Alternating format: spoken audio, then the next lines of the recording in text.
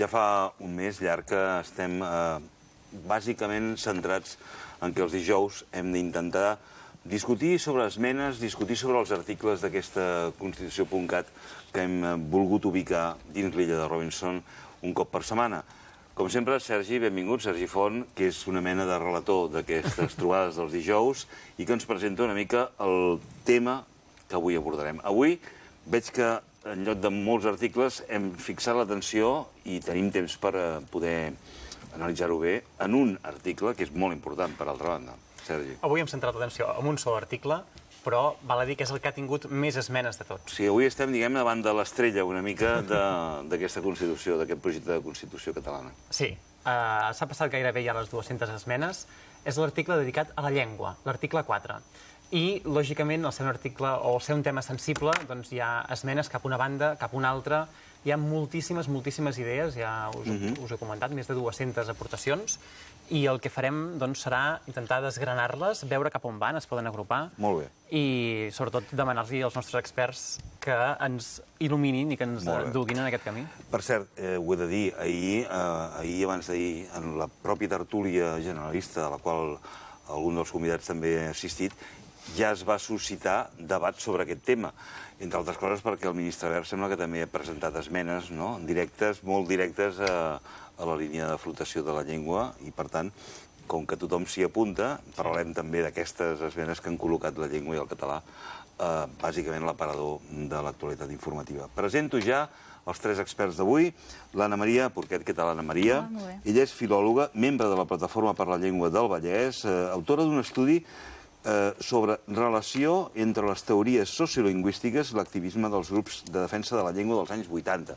Això bàsicament no sé si és una tesi doctoral o és un estudi molt centrat. És un estudi breu que vaig voler fer sobre els grups de defensa de la llengua i la relació que van tenir amb les teories sociolingüístiques de Lluís Vicent Aracil. Diguem que ells prenien les teories sociolingüístiques per fer l'activisme lingüístic. Sobretot estaven molt abocats a la lluita contra el bilingüisme i a la lluita contra el... Bé, sobretot a intentar que la llengua estigués en tots els àmbits d'ús. La veritat és que també hem convidat a l'Eduardo Reyes, president de Sumate. Eduardo, habitual també a algunes tertúlies de generalistes i de política, però evidentment la presència de Sumate en tot això del procés i les vostres opinions sobre el tema de llengua són importants. Per tant, avui la presència de l'Eduardo, m'imagino que no només a nivell personal, sinó a nivell de col·lectiu com Sumate, també ens pot ajudar una mica a entendre millor quin hauria de ser el paper de l'articulat constitucional respecte al català, a la cooficialitat o no al castellà, etcétera. Es un tema bastante difícil porque, claro, en Sumate somos lo más plural que puede haber en cualquier asociación. Nosotros no hemos tenido jamás, ni siquiera hemos debatido en profundidad el tema de la llengua, però és veritat que això és un tema que està a la taula i que s'ha de debatir. Yo me gustaría decir que nosotros generalmente estamos de acuerdo con el presidente Mas y con Junqueras en que la lengua castellana habría de ser cooficial. Yo personalmente, evidentemente cada uno en su ideología pues tiene una manera de pensar, ¿no? Yo pienso que el catalán es la lengua de Cataluña, pero que se ha de tener el máximo respeto y no caer en el error que cometió el gobierno de España imponiendo la lengua castellana, prohibiendo la cultura i la lengua catalana. Us acabo de presentar els convidats, precisament el teníem ahir, aquí en aquest estudi. No és que hagi passat la nit aquí, ni molt menys, però evidentment ahir presentava, la Plataforma per la Llengua presentava el seu informe CAT 2015, punts forts, punts més febles, llocs on encara es podria millorar. Ell és el Josep Anton Fernández. Benvingut, Josep Anton. Suposo que avui toca més mullar-se sobre una opinió més personal, però també, evidentment, sobre el col·lectiu que representeu, que és la Plataforma per la Llengua. Sí, de fet, jo avui estic aquí representant... Una idea molt concreta sobre quin és el paper representant la Plataforma per la Llengua, l'ONG del català. Bé, nosaltres creiem que més que discutir un text, un articulat que no té cap grau de validesa legal, el que és important és posar-se d'acord en els principis, en les qüestions de fons. I jo crec que en això no ens resultarà difícil. I, per exemple, amb la proposta del president Mas i de l'Oriol Junqueras estic d'acord en el fons, potser no tant en la forma, però això són coses que podem discutir. Doncs vinga. I de fet... Comencem. Bé, Comencem. Sergi. El Sergi serà qui ens anirà plantejant. Bàsicament, l'articulat és senzill, però Sí, després aquesta hi ha vegada un sí. munt d'esmenes. Com ho vols plantejar avui, Sergi? Doncs, si us sembla, comencem com sempre i, per situar els espectadors, el que farem serà fer una lectura ràpida de De l'article número 4, en aquest cas, de l'article número 4. I l'article diu, la llengua té diferents subpunts, vaja. Diu, la llengua oficial i pròpia de Catalunya és el català i, per tant, serà emprada de forma preferent per totes les administracions públiques en els seus respectius àmbits, això per una banda. El segon punt diu, atesa la composició demogràfica i social actual de Catalunya i amb l'explícita voluntat de vetllar per la millor convivència entre tots els catalans, sigui quin sigui el seu origen, el castellà gaudeix de l'Estatut de Llengua Cooficial i podrà ser emprat oralment i per escrit per tots aquells ciutadans que així ho desitgin. I aquí la majoria d'esmenes van en aquestes dues direccions, és a dir, per una banda, quin ha de ser el paper del català, per altra banda, quin ha de ser el paper del castellà. Com s'han d'anomenar? És a dir, una ha de ser llengua oficial, l'altra s'ha de dir cooficial o s'ha de dir totes dues Bona pregunta. cooficials? No sé si Podríem discutir sobre aquesta No sé si podríem començar per aquí. petita precisió. I fins i tot m'agradaria també preguntar als experts si hi ha d'haver llengua oficial. És a dir, per exemple, hi ha països que potser no ho posen a la Constitució. Per tant, hi hauria d'haver llengua oficial i s'ha de dir oficial o cooficial, si n'hi ha dues. Què us sembla? bé, jo crec que Primer, d'entrada... després, va. Nosaltres no som el Regne Unit, no som els Estats Units, que són països que no tenen una llengua oficial a la Constitució. A Catalunya no parlem l'anglès com a llengua habitual. Hi ha gent que el parla, l'utilitzem molts com a tercera llengua, tenim molts de turistes. Però el que no tenim és la fortalesa demogràfica, ni institucional, ni històrica, que existeix en aquests països com per permetre's el luxe de no designar una llengua com la llengua nacional. Ara, que en diguem oficial és una altra història. I abans d'això, jo crec que, com deia abans de discutir aquestes qüestions, potser és preferible també posar-se d'acord en què és el que vols dir en aquesta Constitució. Quan dius oficial? Exacte. I no només el que vols dir en oficial, sinó també quins són els principis sobre els quals s'hauria de basar el règim lingüístic. Precisió ben feta. Maria. Jo estic d'acord en que potser no és el mot oficial el que hauria d'emprar-se per parlar de la llengua. Podríem dir-li llengua única, llengua nacional... La llengua de Catalunya, és exacte. el català? Això, És a dir, tan fàcil com això, no? Sí, La llengua exacte. La llengua de Catalunya. Sí, la llengua de Catalunya. Sí, seria molt vàlid aquesta manera de dir-ho. Eduardo, potser té alguna... Bé, esmena. sí, ara, sobre la cooficialitat, on que... Clar, és que si no posem Perdó. oficial com a català, tampoc Sí. no posem cooficial en el castellà, Ah, no, perquè clar. llavors ja no té sentit, Clar. si no parles d'oficialitat, de la cooficialitat, no, Eduardo? Clar. A ver, yo creo que en un país como el que queremos construir un país nuevo, un país para todos, un país donde hay algunos sectores que tienen miedo. Alguns catalans tenen por que el català desaparegui. Sí. Això no és veritat. El català no pot... jamás desaparecerá. Y la prueba es que todos los hijos y nietos de aquellos que vinimos de fuera de... No, si el ministre insisteix molt i surt El amb la ministro, seva, a ver, que diga lo a la que llarga quiera. pot... Ja ho sé, Nosotros seremos un país a nuestra medida, con unas condiciones relativamente, no relativamente, sino oficialmente herederas de aquellas personas que han estado aquí durante muchísimo tiempo, que yo a mis nietos le hablo en català, però que normalment penso en castellà i a moltes persones li parlo en castellà perquè parlen en castellà. És a dir, tot el respecte del món. Ara bé, quina és la llengua oficial? Quina seria la llengua de Catalunya? El català. Això és de calaix. Ara bé, tenemos que dejar que algunas personas, como a mí me han dicho, oye, yo no quiero ser un analfabeto en aquella tierra de la que yo me siento íntegro. O sea, yo me siento catalán y yo, pues, a lo mejor no escribo bien el catalán y no quiero ser un analfabeto. Esto lo puedo corregir. Lo que pasa es que, evidentemente, el catalán ni se ha perdido ni se perderá. Cada vez estará más arraigado porque la juventud, los niños de hoy, estudiarán en catalán. La inmersión lingüística que tenemos es perfecta. No la vamos a tocar ni un ápice, lo diga quien lo diga quien lo diga, no lo vamos a hacer.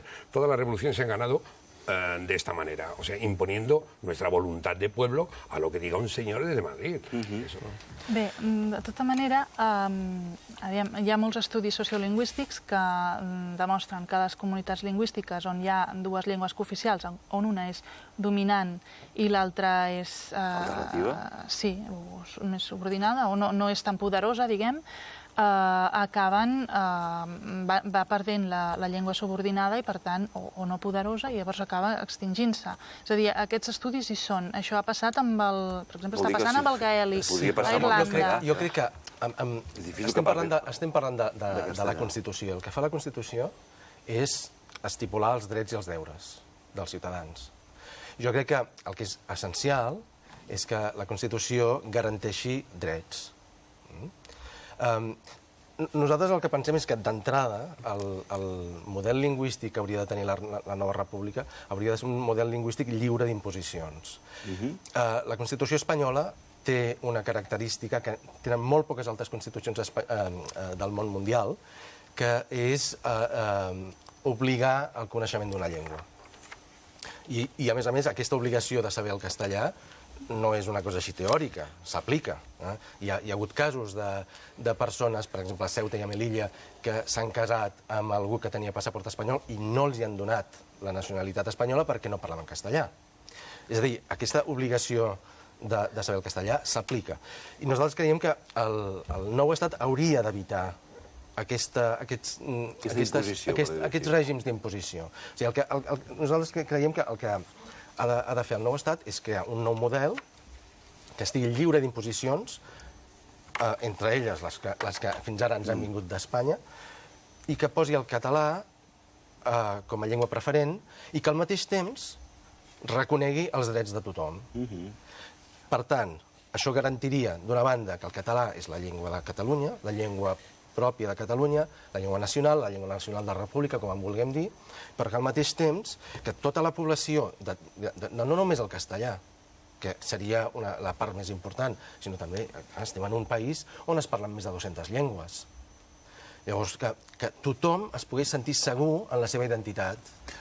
Una precisió, Sergi, perquè aquí veig que en el punt 2 diu, atesa la composició demogràfica i social actual de Catalunya, cal que una Constitució feta per molt de temps es fixi en el moment actual de la composició d'un país quan neix la Constitució, perquè això, evidentment, és dinàmic, no? I d'aquí a, com deia l'Eduardo, d'aquí a 30 anys les generacions que no van poder aprendre bé el català, segurament hauran deixat pas a les generacions que s'han criat a la immersió lingüística. Precisament aquesta és una de les esmenes que s'han fet que deien exactament això, de dir la paraula actual probablement no faria falta posar-ho a la Constitució. Igual que deia el Josep Anton, actualment també hi ha nuclis molt potents d'altres llengües, no tant com el castellà, evidentment, però d'altres. Però, clar, el que també hem de tenir present és que la Constitució es farà en el moment que es faci, que serà en aquell moment, el moment actual. I d'altra banda, també s'ha de tenir present que el nou estat ha de ser un estat viable. Però la Constitució catalana espero que no sigui una sacrosanta Constitució que no es pugui moure.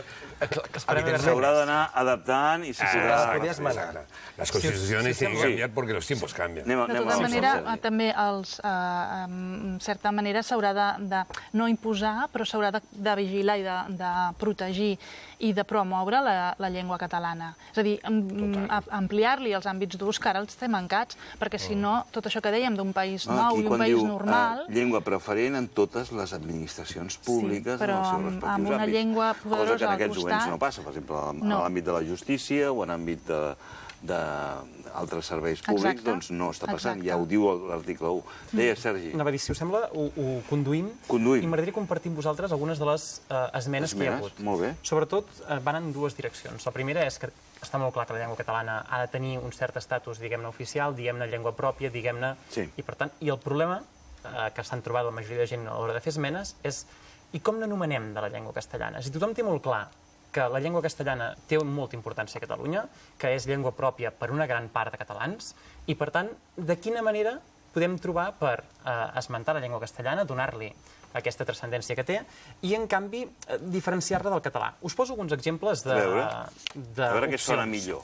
D'entrada, per una banda, la cooficialitat, és a dir, que sigui la llengua cooficial. Per altra banda, segona llengua. Per altra banda, el català serà llengua oficial, però hi haurà la promoció del castellà. Serà una llengua especialment protegida, o una protecció a l'hora de poder-se dirigir a les institucions, ja bé sigui en català o bé en castellà. Altra gent que diu només de forma oral en castellà. Després, el castellà gaudirà de respecte i protecció. Un estatus preferent per a la llengua castellana. És llengua cooficial, però no total. És a dir, no s'utilitzarà en l'educació ni en els mitjans de comunicació. Mira bé. Altra gent diu que s'hauria d'equiparar el castellà a un idioma no propi i, per tant, que s'ensenyi a les escoles com es pot ensenyar l'anglès o el francès o altres idiomes que també comparteixen actualment aquí a Catalunya. Per altra banda, una de les coses que hem destacat al començament, si el castellà és cooficial, el català també ho és. Per tant, no podria haver-hi oficial i cooficial. Clar. Altra gent diu això no ha d'aparèixer a la Constitució i on ha de sortir és amb una llei específica de la llengua castellana i, per tant, que es redactés la llei del castellà que reguli aquest estatus especial que ha de tenir el castellà. En resum, la gent li agradaria que es poguessin dirigir a les institucions en llengua castellana, justícia, governació, la majoria d'institucions, o per no dir totes les institucions, però en canvi que en el món educatiu i en el món sanitari, de comunicació, de comunicació. la llengua que prevalgués fos la llengua catalana. I, a més, hi ha gent que parla d'una limitació temporal. És a dir, hi ha persones que ho limiten, és el mateix problema que ara comentava l'Eduardo, ho limiten a 10 anys, a 20, 30, o fins i tot 50 anys, i tornar-ho a parlar posteriorment. Per tant, vistes aquestes esmenes, és a dir, quin és el paper que hauria de tenir el castellà a Catalunya? Yo pienso que, a ver, Cataluña, si es una región que crece, es un país que crece a una velocidad superior a otras regiones de España, es porque es comercial. Es una región que lucha por estar por delante. Entonces, lo que no podemos evitar es que ese negocio que hay en una lengua que lo hablan 500 millones de habitantes del planeta, 500 millones de habitantes del planeta, vayamos a decir, vamos a olvidarnos del castellano. O sea, es una lengua que será tan importante como el inglés. Por lo tanto, la cooficialidad o no debería estar como cooficial, pero tampoco hay que darle tanta importancia. Lo único que queremos es el respeto a esa lengua y a esas personas que por su ámbito y su circunstancia laboral y tal no han tenido necesidad de hablar catalán. Por otra parte, yo diría que los medios de comunicación y casi todo el mundo tiene una antena que está dirigida a un Astra, que coge 200 canales con todos los idiomas del mundo. Entonces, ¿qué vamos a prohibir? Que aquí en Cataluña haya... Precisamente yo he propuesto al Punt Avui, hacer una hora en castellano que se llamará la hora Súmate, porque queremos transmitir a esas personas que no conectan con esta cadena, porque es todo en catalán, el que nos escuche. Es decir, no podemos eliminar una herramienta tan importante como es un idioma. Jo parlava l'anglès i fa 30 anys que no dic res en anglès i escolta, és una dificultat per mi parlar anglès. O sigui que això deu ser... De pràctica. Pràctica. Però, a veure, el castellà no desapareixerà mai, tampoc, de Catalunya. Però el català tampoc. Per tant, això de protegir-lo... Jo crec que no podem plantejar la discussió en termes de desaparició. Jo crec que més aviat el que crec que és important fer és plantejar aquesta discussió en termes del que volem aconseguir. I des del nostre punt de vista, l'ideal seria plantejar un model on el català és el centre, perquè és la llengua comuna, la llengua que dona cohesió a la societat, la llengua que estructura la vida pública, però que al mateix temps no volem una societat d'individus monolingües, tot al contrari, volem una societat on tothom sigui políglota, una societat d'individus plurilingües, on aquest plurilingüisme es consideri una riquesa i que, per tant, es promogui. És que és una riquesa, és una riquesa. Però amb el català com a eix estructurador de la vida pública. No, ens trobem en una situació, actualment a Catalunya, i com molts altres països, de dues llengües en contacte. I, per tant, aquí potser l'Anna Maria ens pot orientar una miqueta més, però quines situacions poden passar quan hi ha dues llengües en contacte? Bé, això és el bilingüisme, és el que tenim ara, i estem veient com tenim la cooficialitat de les dues llengües i els àmbits d'ús del català tan endarrerits com els tenim. Per tant, per això deia, la cooficialitat amb una llengua poderosa és un error portar-la a terme. No vol dir això que no s'hagi de respectar els drets dels castellanoparlants, evidentíssimament, però mirant de fer-ho d'una altra manera. La llengua castellana, que no desapareixerà i no necessita protecció, i en canvi sí que necessita protecció i necessita que s'afavoreixi l'ús del català, doncs la llengua castellana pot ser perfectament una llengua addicional, com ho pot ser el francès, l'anglès, altres llengües, que a més ens ajudin també a rebre els nouvinguts que encara no s'expressen ni tan sols en castellà, és a dir, que no s'expressen en altra llengua. No? La pregunta seria, ubiquem l'oficialitat o la llengua pròpia dins de la Constitució per l'utilització en administracions clau de l'estructura d'un estat, com per exemple les queixes que hi ha molt sovint de no poder-se expressar en un jutjat amb llibertat en català, i ho has de fer canviant a la llengua del jutge, sobretot perquè t'entengui bé les teves al·legacions. És a dir, si aconseguíssim erradicar aquestes disfuncions, el fet de regular la pràctica oral del carrer no tindria molt sentit, dic jo. Què us sembla? Ho dic perquè anar a buscar la regulació en l'ús d'un castellà al carrer no té massa sentit. És que la regulació al carrer mai la podrà... Per això et dic, és el que veniu a dir vosaltres, els experts, i no cal regular l'utilització del castellà com a llengua oral. Però el que sí que pots fer és regular els usos de les llengües, els usos més formals, els usos a l'administració, o els usos en les relacions entre el ciutadà i entre els consumidors i les empreses. Tot això sí que ho pots regular. I jo crec que probablement, precisament per la complexitat a què es referia el Sergi, que és difícil arribar a una formulació, potser el més senzill és que en una Constitució el català, com deia abans l'Anna Maria, el català es defineixi com la llengua de Catalunya, la llengua nacional de la República, que això ja li dona aquest caràcter de llengua constitutiva, de llengua originària i pròpia del país, que aleshores es reconegui els drets lingüístics de tothom, i hi ha una cosa que a mi em sorprèn que no surti aquí, que és la dimensió internacional. És a dir, no surt la dimensió internacional. La dimensió internacional, i és important, perquè amb quina llengua ens relacionarem amb el món. Nosaltres creiem que és important seguir el model suec, que defineix el suec com la llengua per les relacions internacionals i per la Unió Europea. Nosaltres creiem que aquest també hauria de ser la definició pel català. És a dir, a Suècia el suec és el que permet relacionar-se amb la Unió Europea? Sí. Per tant, a Catalunya hauríem d'utilitzar el català per relacionar-se amb Brussel·les. Evidentment. De la mateixa manera, esclar, de la mateixa manera... És que no sé els suecs quina altra llengua tenen. En quina llengua creus que escriu el Ministeri d'Economia o el Ministeri de Foment quan ha de deixar-se a Brussel·les? En quina llengua creus que escriu? No escriuen pas en anglès. No escriuen pas en anglès, Vinculat amb una pregunta absolutament d'actualitat d'aquesta setmana, tècnicament, per tant, i aplicant el que ara esteu dient, com podríem argumentar de no augmentar les hores de castellà a les escoles? És a dir, de quina manera podem dir que no ha de ser llengua vehicular el castellà també a les escoles? Yo diría que porque no es necesario, o sea, porque el catalán no... Yo creo que mis nietos, si a un niño cualquiera, si le preguntaras qué idioma es el de Cataluña, taxativamente diría el catalán, porque estudian en catalán y su ambiente en más horas es el catalán. Ara, el que passa és que quan arriben a casa, bueno, la meva dona els hi parla en català i a mi en castellà, cosa que jo li dic que em parli en català i ella no pot, perquè em va conèixer en castellà. Ara bé, els nens, en el pati, tothom parla xinesos, àrabs, tothom parla en castellà. Això ja és lo normal. Ara bé, castellà o català? Castellà. En el pati es parla Castellà. Depèn de quina...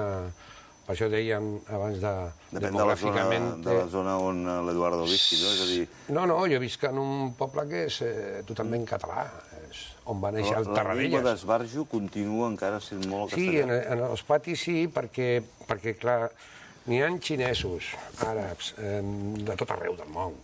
N'hi ha persones de tot arreu del món, però l'idioma comú dels nens en el pati és el català. Ara, quan ve un nen a la meva casa amb el meu net a jugar o a la meva neta i tal, parlen en català. Entre ells parlen en català perquè són catalans i es reconeixen com a catalans. En el pati no. En el pati és una cosa... I jo he fet la prova, Jo he fet la prova. Jo he anat amb una persona com ella, que és catalana, que parla català, y he hecho ver que no la entendía demasiado bien y ella automáticamente me ha empezado a hablar castellano. Y supongo que te habrá pasado alguna vez. Jo només parlo català. Només. Sí, és una qüestió de decidir-ho, de proposar-s'ho i ho fa. Però I si això és una és un persona que problema. sigui estrangera, Li parla més en poc sud-americana.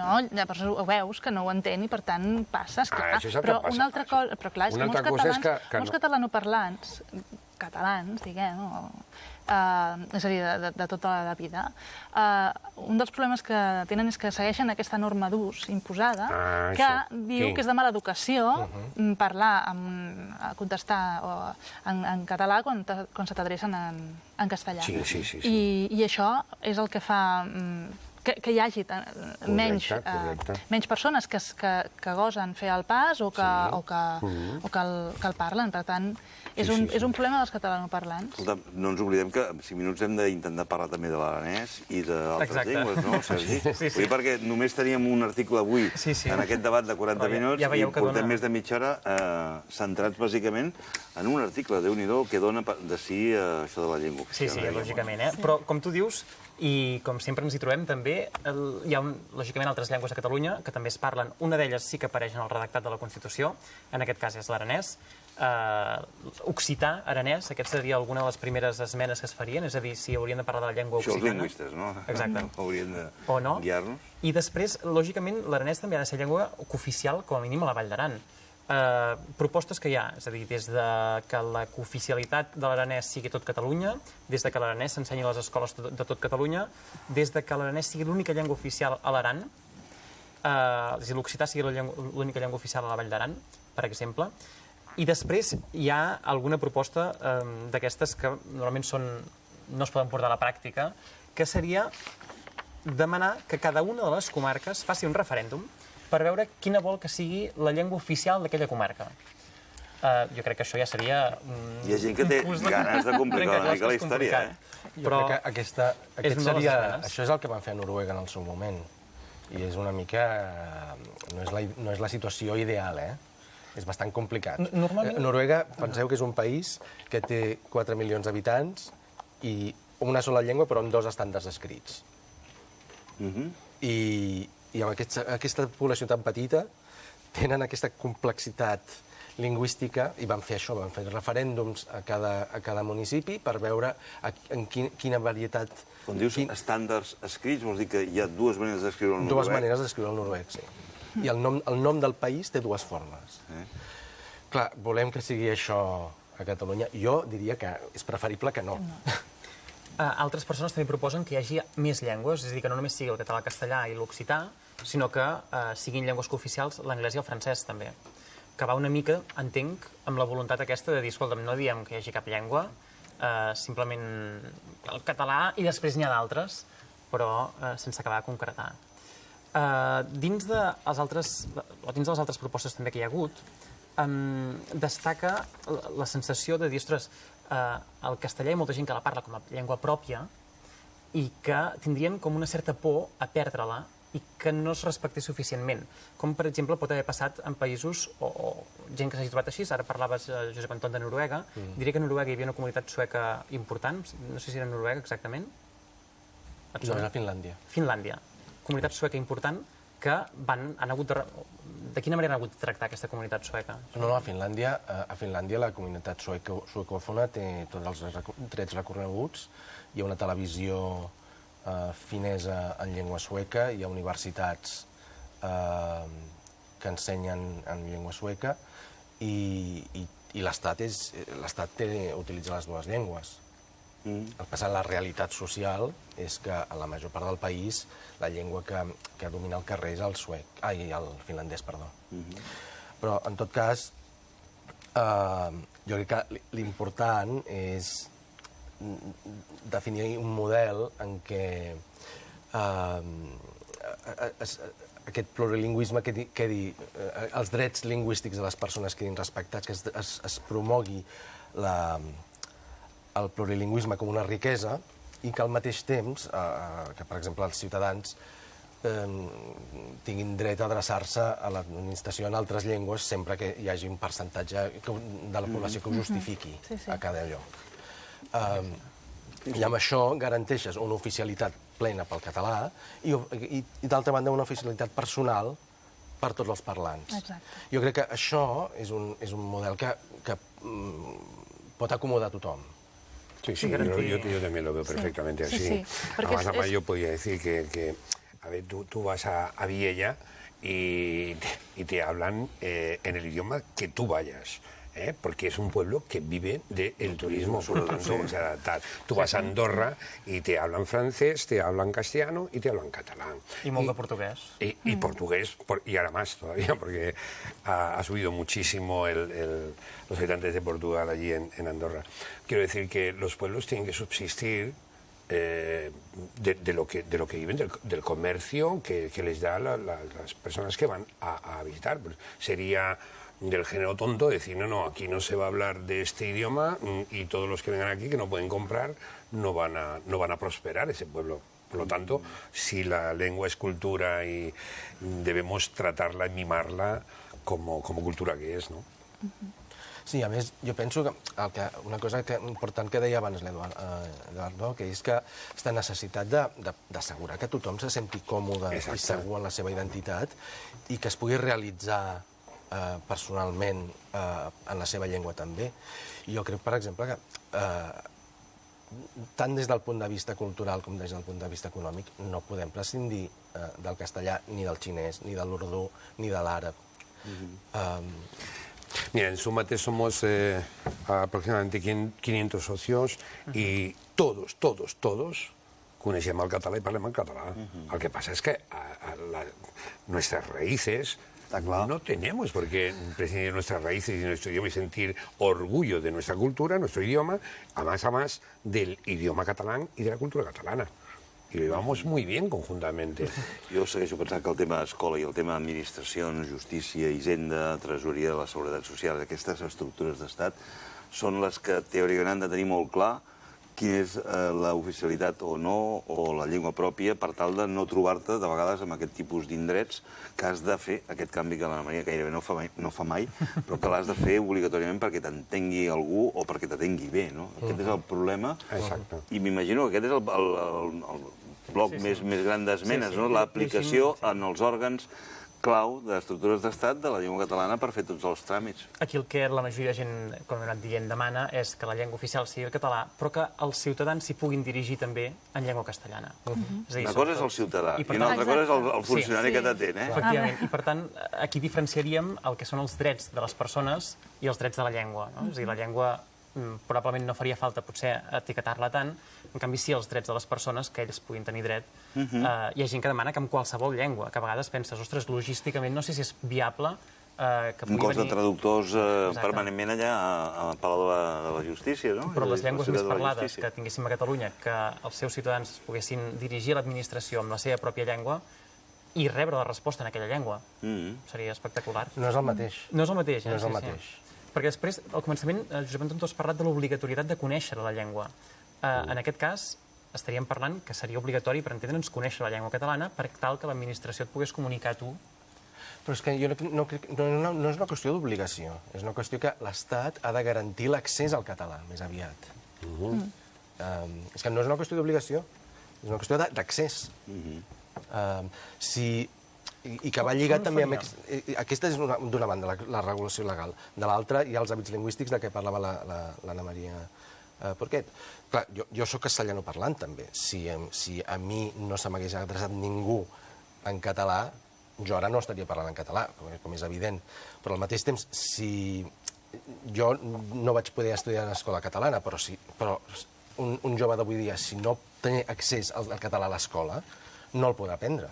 Perfecte. Ens queda un minut, Sergi. Com ho veus? Hi ha algun punt que ens estem deixant i que és imprescindible que abordem en aquest tram ja molt final de la jornada d'avui? Jo crec que hem treballat o hem tractat gran part de les coses que o que hi havien apuntades amb les esmenes. Jo amb el tema d'altres llengües oficials, jo no em ficaria en terrenys tan complexos com dir l'anglès i el francès, o vés a saber per què no l'italià ja posats a països més veïns, no? Ojalá pudiéramos hablar.